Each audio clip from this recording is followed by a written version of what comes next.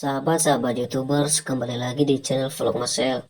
Konten kali ini yaitu sebuah novel yang berjudul Ketika Selingkuh Menjadi Jalan. Sahabat-sahabat YouTubers, semoga ceritanya menyenangkan dan selamat menonton. Bab pertama. Sepasang suami istri kini saling menatap penuh cinta. Mereka berdua berada di kamar pengantin yang dipenuhi dengan taburan bunga. Randa dan Catherine saling mendekatkan bibirnya hingga bibir itu tersentuh dengan sempurna dan saling memejamkan mata satu sama lain. Setelah keduanya terbuai dengan nafsunya, Randa mulai melepaskan pakaian Catherine sampai keduanya kini benar-benar polos. Randa hampir melakukan penyatuan dengan sempurna, namun aksinya langsung ia hentikan setelah ia tahu kebenaran tentang Catherine. Keterlaluan. Jadi, kau sudah ternodai? Plak. Sebuah tamparan keras mendarat di pipi Catherine, dan seketika wanita itu jatuh terpental ke tempat tidur. Ternyata kau hanya wanita murahan, sentak Randa sambil menuding Catherine dengan jari telunjuknya. Catherine berdiri mencoba minta maaf pada sang suami mengapa ia tidak pernah jujur padanya. Namun seketika Randa menghempaskan tangan Catherine hingga wanita itu jatuh tersungkur. Catherine hanya bisa menangis terisak-isak. Aku tidak sengaja melakukannya, Mas. Aku tidak tahu siapa yang menodaiku, ucap Catherine sambil memegang pipinya yang terasa nyeri karena tamparan dari Randa, suaminya. Jika kau memang perempuan baik-baik, kau tidak akan pernah memberikan mahkotamu di luar ikatan pernikahan, sentak Randa dengan wajah merah padam. Tapi aku tidak melakukannya, Mas. Aku mabuk pada waktu itu, ucap Catherine dengan tangisan pilunya dan mencoba menjelaskan pada orang yang dicintainya tersebut. Tapi kau menipuku. Kau tidak pernah bilang padaku bahwa kau sudah tidak suci lagi, sentak Randa dengan wajah merah padam. Maafkan aku, Mas. Aku hanya tidak ingin kehilanganmu karena aku terlalu mencintaimu, ucap Catherine sambil duduk bersimpu sambil menundukkan kepalanya. Ah, cinta, Randa tersenyum sinis. Jika kau memang mencintaiku, seharusnya kamu menjelaskan tentang semuanya. Tapi kamu membohongiku dan membodohiku. Jangan, aku kecewa padamu. Randa melangkah pergi meninggalkan Catherine yang menangis terisak-isak di kamar pengantinnya tersebut. Seorang wanita yang menikah karena cinta, namun sikap suaminya kini berubah sejak malam pertamanya setelah mengetahui tentang Catherine yang sempat ternodai oleh seseorang yang tidak pernah dikenal sebelumnya. Pada akhirnya Catherine mengkhianati Randa setelah beberapa tahun berusaha sabar menghadapi ketidakadilan dari Randa, suaminya. Suami Catherine yang sangat mencintai wanita itu sebelum menikah, namun karena merasa dibohongi oleh wanita yang ia cintai, Randa berubah dan menyakiti Catherine setiap harinya dengan menikahi wanita lain dan tidak berlaku adil pada wanita itu. Dia menyesali perbuatannya setelah mengetahui tentang perselingkuhan Catherine dengan Divan. Ia sangat marah karena perselingkuhan itu, namun ia tidak bisa melakukan hal apapun karena selingkuhan Catherine adalah presdir di tempat ia bekerja. Istri kedua Randa yang selalu meracuni pikiran Randa, hingga Randa dengan teganya melakukan kekerasan pada Catherine. Ia berpura-pura tersakiti di depan Randa demi memisahkan Randa dan Catherine. Ia tidak rela melihat Randa lebih mencintai Catherine daripada dirinya. Bab 2. 1 tahun sudah usia pernikahan Randa dan Catherine, namun hubungan mereka masih sama. Randa masih belum bisa menerima tentang semuanya, hingga ia memilih jalan untuk membuat Catherine terluka. "Aku akan menikah lagi," ucap Randa dingin. "Apakah ini hukuman untukku karena kebohonganku, Mas?" tanya Catherine dengan air mata yang mengalir begitu saja. "Jika kau sudah tahu, lalu untuk apa kau menanyakan kembali?" ucap Randa masih dengan wajah datarnya. "Apakah kesalahanku tidak bisa dimaafkan, Mas?" tanya Catherine dengan wajah sendu. "Jika dengan menikah kembali Mas Randa bisa memaafkanku, maka aku ikhlas menerimanya," ucap Catherine tersenyum kaku. "Bagus, kau memang harus menerimanya. Sekalipun tidak, kau tidak ada pengaruhnya untukku," ucap Randa dengan senyum sinisnya. 2 hari berlalu, kini Randa benar-benar menikahi wanita lain.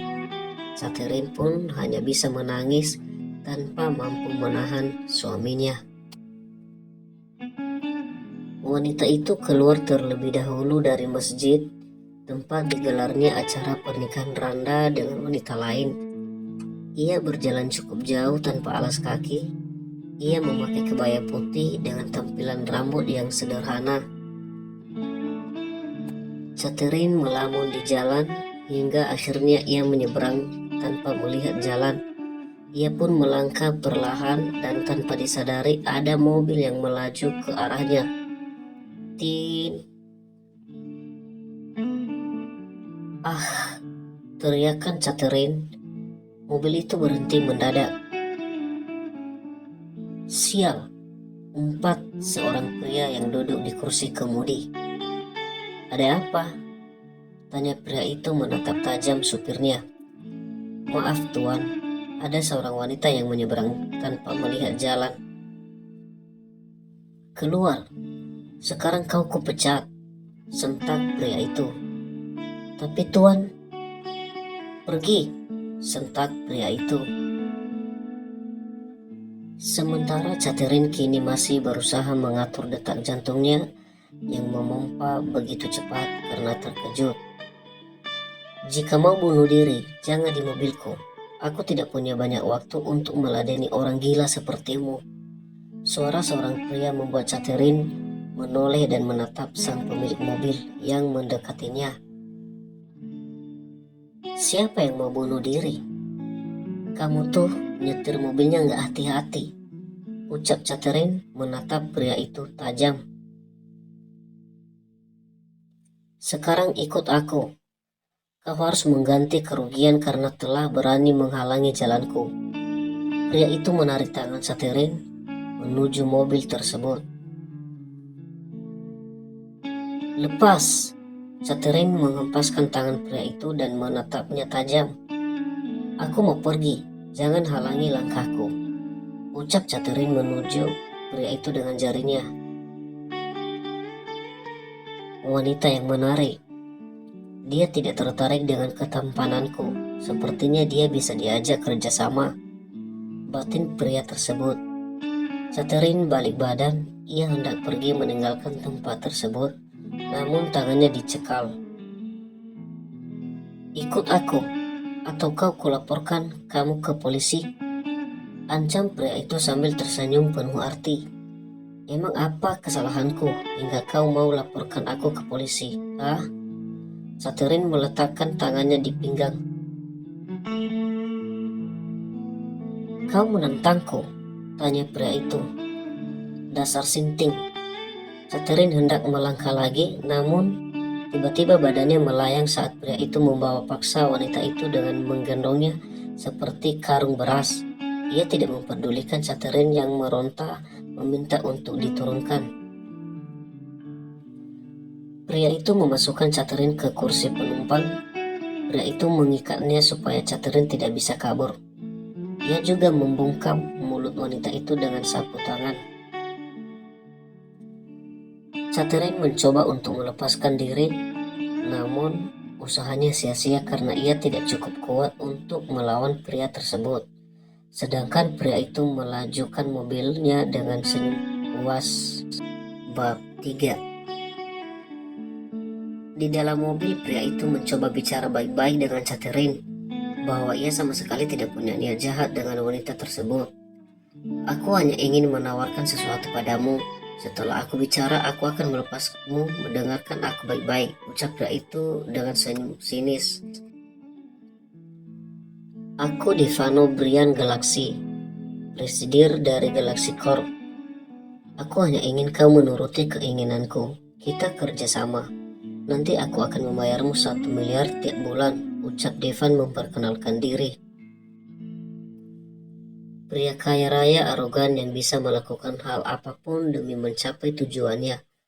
Devan putra dari Brian Alaska Galaxy. Ia terkenal dingin dan kejam. Semua warisan yang dimiliki Brian diturunkan padanya karena saudara kandungnya David Mexico Galaxy. David sukses di negara yang berbeda dengan Devan. Ia menjalankan usaha sang mertua dan bisnis yang diberikan Brian sebagai hadiah pernikahannya. Devan mencintai wanita yang bersuami karena sandiwara. Keduanya terjebak dalam asmara yang tidak direncanakan sebelumnya, hingga karena cinta mereka melukai hati banyak orang. Devan menghentikan mobilnya di tempat yang sepi, hingga tidak akan ada orang yang mendengarkan teriakan Catherine jika Devan mengambil penutup mulutnya.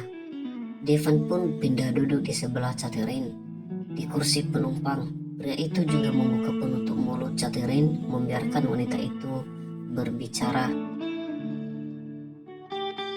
Kurang ajar, umpat Catherine dengan wajah merah padam. Hahaha, jangan tertawa, cepat lepaskan aku. Kalau tidak, aku akan berteriak, sentak Catherine. Hahaha. Devan makin terbahak mendengarkan ancaman wanita itu. Kamu tidak lihat kita di mana? Tanya Devan dengan tawa yang masih menggelegar.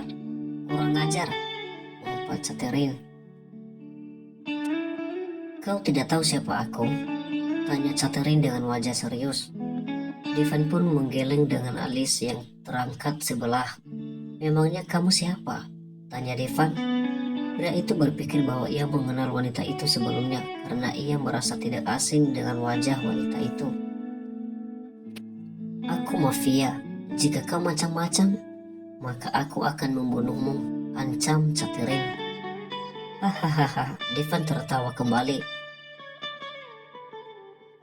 Dasar sinting, umpat Catherine. Kau pikir aku akan percaya? Wajahmu itu tidak cocok jadi mafia. Cocoknya jadi tukang jual jamu, ucap Devan tertawa terbahak-bahak. Catherine melebarkan mulutnya mendengarkan ucapan Devan. Apa kau bilang? Aku cocoknya jadi penjual jamu? Jangan basa-basi lagi, cepat katakan apa yang kau inginkan, ucap Catherine. Aku ingin kau menjadi kekasihku, ucap Devan dengan senyum tipis. Catherine membuka mulutnya lebar-lebar mendengar keinginan Devan. Itu bukan kerjasama, dan maaf, aku sudah menikah, ucap Catherine menatap wajah Devan intens. Kau jangan kepedean, kita hanya pura-pura agar aku tidak dijodohkan oleh orang tuaku, dan aku juga ingin kita berpura-pura di depan mantan kekasihku, ucap Devan tersenyum sinis. Maaf, aku juga tidak bisa. Aku tidak mau suamiku salah paham, tolak Catherine. Kau itu ternyata sangat keras kepala. Sudah mau dibayar masih juga tidak mau, ucap Devan kesal. Lagi pula aku bukan satu-satunya wanita di dunia ini hingga kau memaksa wanita yang sudah menikah untuk berpura-pura menjadi kekasihmu, ucap Catherine. Aku menginginkanmu, ucap Devan. Kenapa? Kau sudah sangat tidak laku hingga memaksa wanita yang bersuami. Aku bukan tidak laku, Hanya saja, aku masih belum siap untuk menjalin hubungan dengan siapapun. Aku akan mencari perempuan yang benar-benar tulus mencintaiku, bukan karena harta dan tahta, ucap Devan. Dasar aneh, Catherine menggeleng-gelengkan kepalanya. Kamu mau tidak? Jika kau mau maka aku akan melepaskanmu. Sekarang juga, ucap Devan. Baiklah, aku mau. Tapi aku hanya ingin berpura-pura di depan orang tuamu, juga di depan mantanmu itu. Di depan orang lain, anggaplah kita tidak saling mengenal. Catherine menatap Devan datar. Aku suka mendengar jawabanmu. Aku mengajakmu bekerja sama karena aku tahu kau tidak tertarik padaku. Jadi aku tidak perlu khawatir bahwa kita akan melibatkan percintaan dalam hubungan kerjasama ini, ucap Devan tersenyum tipis. Bab 4. Malam harinya. Dari mana saja kamu? Tanya Randa sambil bersedekap dada. Pria itu bersandar pada pintu kamar mereka berdua.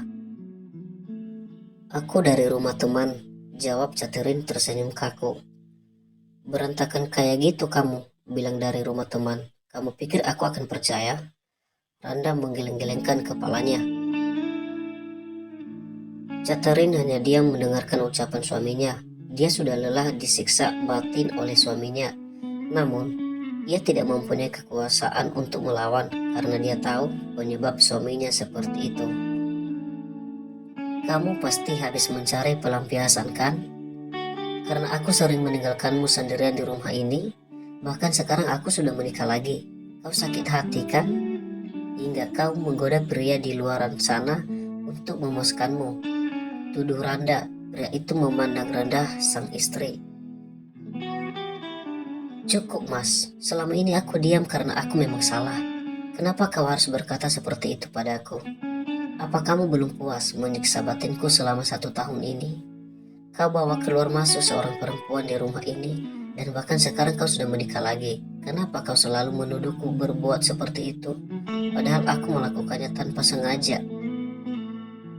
Sementara aku diam saja saat kau dengan sengaja membawa wanita lain ke rumah ini dan bermesraan dengan mereka di depan mata kepalaku sendiri. Siapa yang lebih hina mas? Siapa? Teriak Catherine. Plak! Sebuah tamparan keras mendarah di pipi wanita itu. Kau semakin berani ya? Randa menarik tangan Catherine, lalu menyeret wanita itu untuk masuk ke dalam kamarnya. Randa menutup pintu kamar, lalu membawa Catherine masuk ke dalam kamar mandi dengan kasar. Dasar istri durhaka! Randa menghempaskan tubuh Catherine hingga wanita itu jatuh tersungkur. Ampun mas, isak tangis Catherine. Randa mengguyur tubuh Catherine dengan air. Wanita itu menangis terisak-isak di lantai. Kau tidak akan pernah jera jika kau tidak dihukum, ucap Randa dengan wajah penuh amarah. 10 menit kemudian, tiba-tiba ponsel Randa berbunyi. Ia melihat siapa yang menelpon. Lalu pria itu meninggalkan Catherine yang basah kuyup karena hukuman darinya. Wanita itu menangis terisak. Ia mencoba untuk bangkit meskipun tubuhnya terasa nyeri, semua karena perbuatan kasar dari Randa, suaminya. Halo sayang. Suara Randa terdengar mesra di balik pintu kamar mandi sebelum pria itu melangkah meninggalkan kamar itu. Sementara Catherine hanya bisa menangis meratapi nasibnya yang tidak beruntung. Kenapa mas? Kenapa cintamu bisa hilang begitu saja karena satu kesalahanku yang tidak kusengaja? Bukankah cinta itu bisa memaafkan? Kenapa kamu tidak mas? Kenapa? Catherine berteriak sendiri di dalam kamar mandi itu karena Randa sudah pergi meninggalkan wanita itu lagi. Kenapa kau datang ke sini jika hanya untuk menyiksaku? Bisakah kau membuatku tenang sehari saja mas? Catherine masih menangis dengan kulit tangan yang mulai mengkerut karena terlalu lama di kamar mandi. Setelah puas menangis, Catherine keluar dari kamar mandi dan mengganti bajunya dengan baju tidur. Catherine tidur meringkuk di ranjangnya, berteman seperti seperti malam-malam sebelumnya. Aku lelah menjalani kehidupan rumah tangga yang seperti ini. Aku memang salah, tapi apakah memang tidak ada maaf bagiku? Aku hanya ingin bahagia, gumam Catherine seraya memejamkan matanya. Semoga mimpiku indah dan membuatku bersemangat untuk menjalani kehidupan ini. Akhirnya Catherine pun benar-benar terlelap. Jika kau sudah lelah, maka ikutlah aku. Aku adalah kebahagiaanmu yang sesungguhnya, ucap seorang pria tinggi dan berbadan kekar. Bab 5. Pagi harinya, Catherine bangun dari tidurnya. Ia tersenyum mengingat mimpinya semalam. Aku selalu bermimpi seperti itu. Catherine melihat jam dinding menunjukkan jam 7 pagi. Wanita itu terkejut. Ia segera bangkit dari tempat tidurnya. Ia buru-buru mandi dan bersiap untuk berangkat kerja. Kenapa aku bangun kesiangan sih? Pasti bos marah ini. Setelah Catherine sudah rapi dengan baju kerjanya, ia melangkah pergi dengan terburu-buru. Akan tetapi, setelah ia sampai di ruang tamu, ia menghentikan langkahnya setelah mendengarkan suara bariton yang tidak asing lagi baginya. Kau tidak masak hari ini? Tanyanya. Catherine menoleh. Ia menatap asal suara tersebut. Maaf mas, aku pikir kamu gak akan kesini lagi karena kamu sudah punya istri lagi, jawab Catherine datar. Benar, aku memang punya istri yang lain, tapi dia gak bisa masak. Setiap hari sebelum berangkat kerja, kau harus menyiapkan makanan terlebih dahulu untukku, titah Randa. Lalu pria itu melangkah pergi melewati Catherine yang masih berdiri mematung di tempatnya. Setelah sampai di ambang pintu, Randa menghentikan langkahnya. Nanti malam kau bersiap, aku mau mengajakmu untuk menghadiri acara ulang tahun presidir perusahaan tempat kau bekerja, ucap Randa. Lalu pria itu melanjutkan langkahnya kembali. Catherine menatap langkah Randa yang mulai menghilang di balik pintu. Aku harus pulang cepat. Aku akan pergi ke salon agar wajahku fresh, gumam Catherine dengan senyum yang mengembang. Kau cari tahu tentang wanita ini, ucap seorang pria yang duduk di kursi kebesarannya sambil menyodorkan sebuah ponsel pada sekretarisnya yang memperlihatkan seorang wanita sederhana yang membuat ia tertarik. Dia siapa, Tuan? Tanya Roy pada atasannya. Bodoh, jika aku tahu, mana mungkin aku menyuruhmu untuk menyelidikinya, ucap Devan seraya memutar bola matanya malas. Baik Tuan, jawab Roy. Pria itu menundukkan kepalanya sekilas lalu menatap wajah tuannya kembali. Roy, aku ingin kau segera mendapatkan informasi tentang wanita itu. Besok kau harus sudah mendapatkannya, titah Devan dengan wajah datarnya. Baik Tuan, jawab Roy dengan wajah menatap Devan datar juga. Bagus, ucap Devan tersenyum tipis. Kalau begitu, silakan kau keluar dulu, aku mau istirahat, ucap Devan. Baik Tuan. Roy keluar dari ruangan tersebut meninggalkan Devan sendirian di ruangan itu. Sementara Devan, ia selalu mengingat bayangan-bayangan wanita yang pernah ia temui dan diajaknya kerjasama.